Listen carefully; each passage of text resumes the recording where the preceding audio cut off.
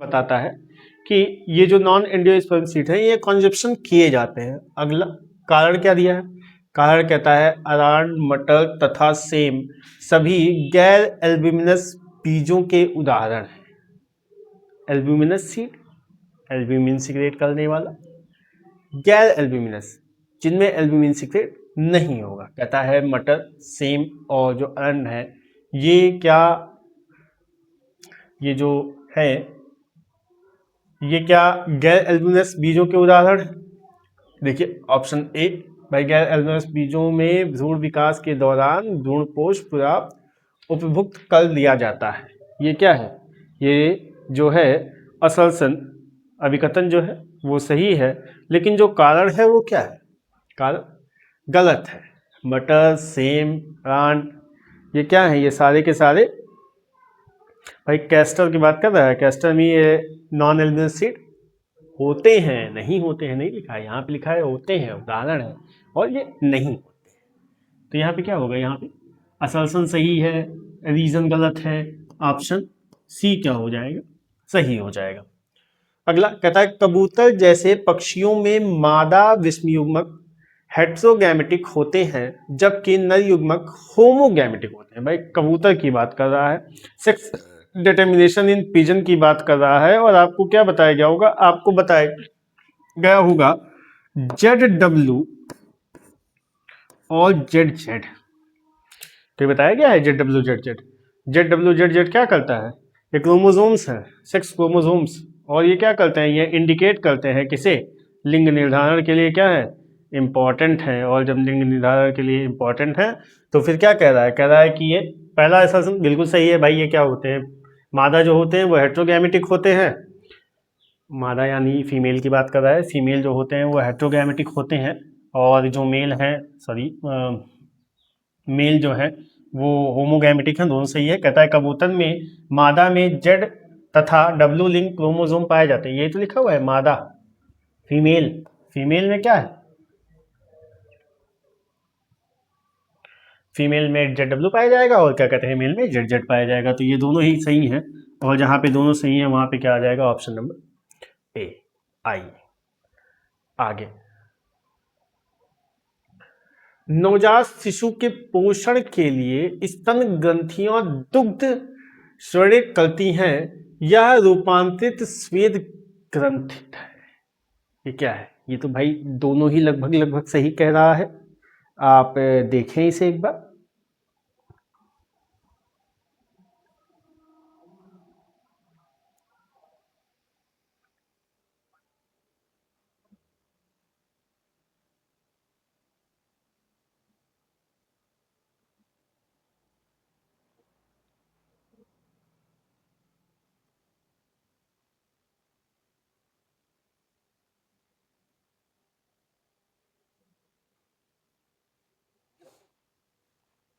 क्या बता रहा है? कह रहा है नवजात शिशु के पोषण के लिए स्तन ग्रंथियां दुग्ध स्राव करती हैं, दूध प्रोड्यूस करती हैं। कहता है जो हमारी मेमरी ग्लैंड्स हैं वो दूध प्रोड्यूस करती हैं। सही है ये। और ये रूपांतरित श्वेत ग्रंथियां होती हैं।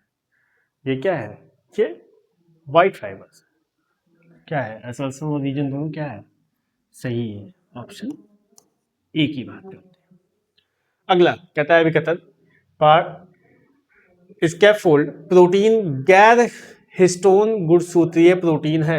वे लाइसीन तथा आर्जिनिन समृद्ध होते हैं। ये क्या बता दिया इसने? ये क्या बता दिया इसने? ट्राई कीजिए सर।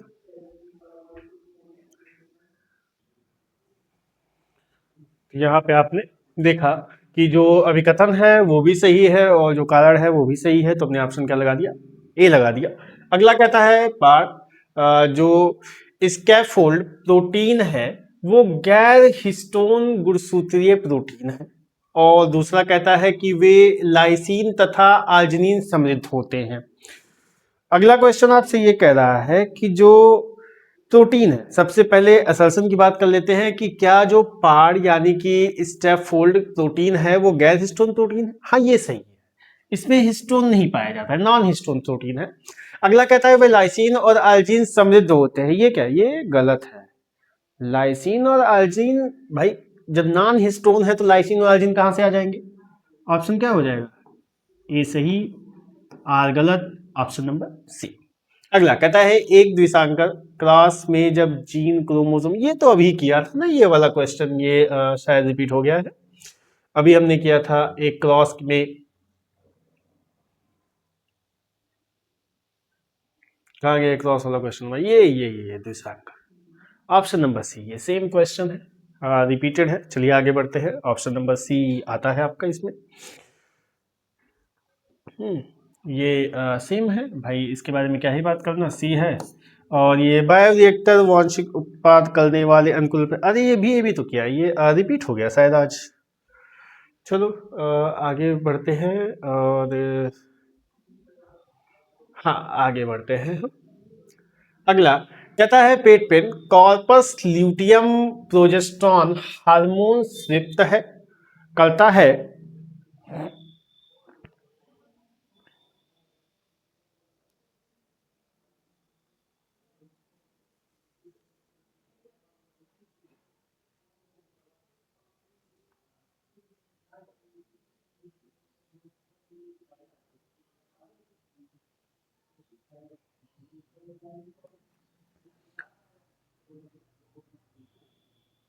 अगला ये हमसे कह रहा है कि भाई पीत पिंड जो कार्पस ल्यूटियम है वो प्रोजेस्टेरॉन हार्मोन स्रावित करता है, और जो प्रोजेस्टेरॉन हार्मोन गर्भाशय के अंतस्तर में अनुरक्षण को बनाए रखने के लिए आवश्यक है। ये क्या है ये स्टेटमेंट? ये स्टेटमेंट बिल्कुल सही है। जो कार्पस ल्यूटियम है उसमें प्रोजेस्टेरॉन हार्मोन स्रावित करता है, ये सही है। और जो कहता है प्रोजेस्टेरॉन हार्मोन गर्भाशय, प्रोजेस्टेरॉन की बात कर रहा है भाई, गर्भाशय के लिए ही तो बताया, प्रोजेस्टेरॉन तो फीमेल के अंदर इसीलिए तो आता है। ऑप्शन ए असर्शन सही, रीजन सही, reason is correct explanation to the assertion. कहता है इंग्लैंड में औद्योगिकरण के पश्चात श्वेत पंखी शलभों की संख्या कम हो गई। कहता है जब इंग्लैंड में क्या किया गया, इंग्लैंड में इंडस्ट्रियलाइजेशन आया, तो इंडस्ट्रियलाइजेशन के अंदर जो वाइट क्या कहते हैं, जो सफेद पंख वाले स्लैब थे उनका क्या हो गया, जो सफेद पंख वाले स्लबो थे उनकी कम हो गई। अभी कथन ये तो सही है। इंग्लैंड के ग्रामीण क्षेत्रों में औद्योगिकरण का प्रभाव अधिक देखा गया। ग्रामीण क्षेत्र और औद्योगिकरण, ये बेटा एक सेंटेंस में फिक्स नहीं होते हैं। ग्रामीण में औद्योगिकरण नहीं होता, करण तो पहले सिटीज में होता है, मेट्रोपॉलिटन से। और जहां पे असर्शन सही, रीजन गलत, वहां पे हमें ऑप्शन मिलता है क्या? सी। अगला कहता है स्ट्रेप्टोकोकस निमोनियाई तथा हिमेनोफिली इन्फ्लुएंजाई मानव में संक्रमण रोगों के लिए उत्तरदायी हैं। भाई ये दोनों हमारे अंदर ही पाए जाते हैं, है ना। इन्फ्लुएंजाई, स्ट्रेप्टोकोकस निमोनियाई निमोनिया कॉज करता है, हिमोफिलिस इन्फ्लुएंजाई इन्फ्लुएंजा कॉज करता है। कहता है एक संक्रमित व्यक्ति द्वारा विषमुक्त छोड़े गए एरोसोल्स, मतलब बात कर रहे हैं जो मुंह से गैस निकल रहा है, जो मुंह से क्या कहते हैं वाटर मॉलिक्यूल्स निकल रहे हैं, सांस द्वारा अंदर लेने स्वस्थ व्यक्ति को संक्रमण हो जाता है। कहता है कम्युनिकेबल डिजीज है बेटा। क्या कह रहा है? कह रहा है ये जो इन्फ्लुएंजा और निमोनिया है कम्युनिकेबल डिजीज है। नहीं भैया, इन्फ्लुएंजा तो याद करो, पिक्चर आई थी एक आई, है ना, इन्फ्लुएंजा वायरस आई, और आई क्या था, इंजेक्ट किया जा रहा था, ये से इंजेक्ट किया गया था। तो ये क्या है, ये पॉसिबल नहीं है, ये जो कह रहे हैं वो पॉसिबल नहीं है। आगे हम बढ़ते हैं और देखते, कहता है प्रतिबंध एंड्रोन्यूक्लियस डीएनए में पैलिंड्रोमिक न्यूक्लियोसाइड्स अंकुरमकों को पहचान है तथा उन्हें काटते हैं। अगला क्वेश्चन क्या कह रहा है? अगला क्वेश्चन आपको कह रहा है कि जो एंडोन्यूक्लियस डीएनए है वो क्या करता है, वो कट करता है।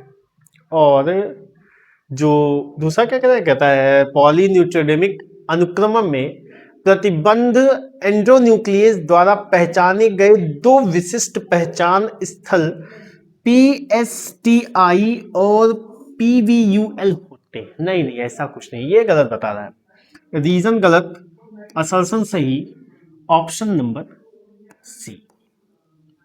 तो इस तरीके से हम एसएलएसएन रीजन टाइप क्वेश्चन करते हैं और मुझे उम्मीद है कि आप लोगों को मेरी बात समझ में आई होगी, आप बेहतर रिस्पांस करेंगे। आइए अगला हम आपके ऊपर छोड़ते हैं।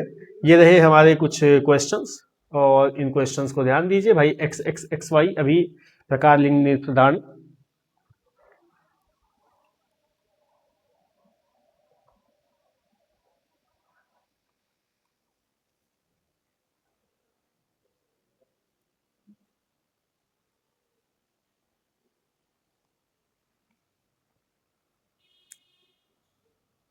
चलिए तो ये क्या कहते हैं, कहता है एक्स एक्स एक्स वाई प्रकार की लिंग निर्धारण क्रियाविधि नर विषमयुक्त हेट्रोगैमिटी का उदाहरण है। भाई ये हेट्रोगैमिटी ही तो है, एक्स वाई हेट्रोगैमिटी और एक्स एक्स होमोगैमिटी।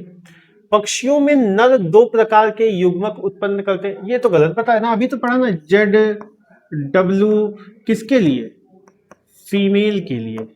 तो हेट्रोगैमिट तो फीमेल कह रही है ना, और हेट्रोगैमिट फीमेल कह रही है, मतलब असर्शन सही, रीजन गलत, जहां पे रीजन गलत वहां पे ऑप्शन सी।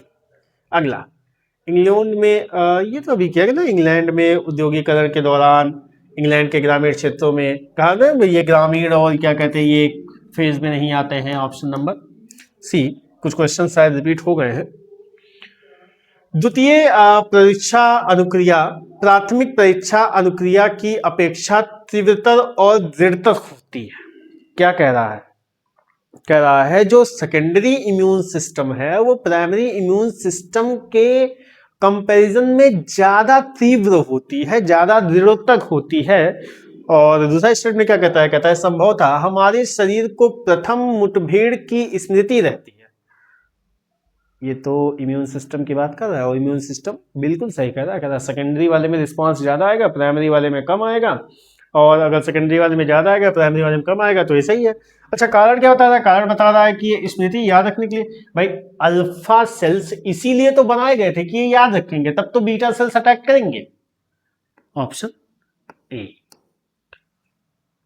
अगला कहता है एडी की कमी, कहता है अभाव या हीनता वाले रोग को नियत समाजिक अंतराल पर अनुवांशिकता निर्मित लक्षीकरणों के निवेशन की आवश्यकता होती है, और लसीकाणु उम्र नहीं है, उनकी जीवन अवधि भी निश्चित है।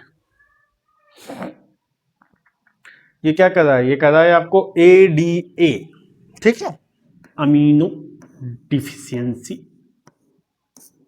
है ना, अमीनो डिफिशियंसी बात कर रहा है एडीए नाम की जो डिजीज है, उसे एडीए नाम की डिजीज में क्या होता है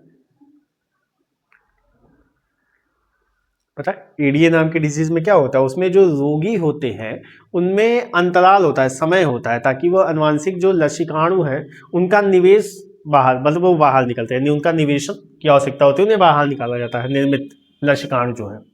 यहाँ पे कहता है लसीकाणु अमल नहीं है, ये तो सही बात है, उनकी जीवन अवधि भी होती है, ये भी सही है। तो असल्सन भी सही, रीजन भी सही, एक्सप्लेनेशन भी सही, ऑप्शन। आइए यहाँ पे हम अब करते हैं एंड, ये हो गया एंड, और आपके लिए कुछ होमवर्क है वो मैं डाल दूंगा, आप ट्राई कीजिएगा, और मुझे उम्मीद है कि आपके जो आंसर्स आएंगे वो बेहतर आएंगे। इस तरीके से हम एसएससी रीजन टाइप क्वेश्चन करते हैं, और मैं श्रेयस आज एजुकेशन प्लेटफॉर्म से, जो कि आज का एजुकेशन प्लेटफॉर्म है, वहाँ से एसएससी रीजन टाइप क्वेश्चंस लेके आया था। अगली बार मैं आपके लिए लाऊंगा एमसीक्यू टाइप क्वेश्चंस, जो कि मैचिंग में आते हैं, एक से ज़्यादा ऑप्शंस वाले, ऐसे क्वेश्चन हम आगे डिस्कस करेंगे। Okay, thank you, good luck for your exam, bye bye.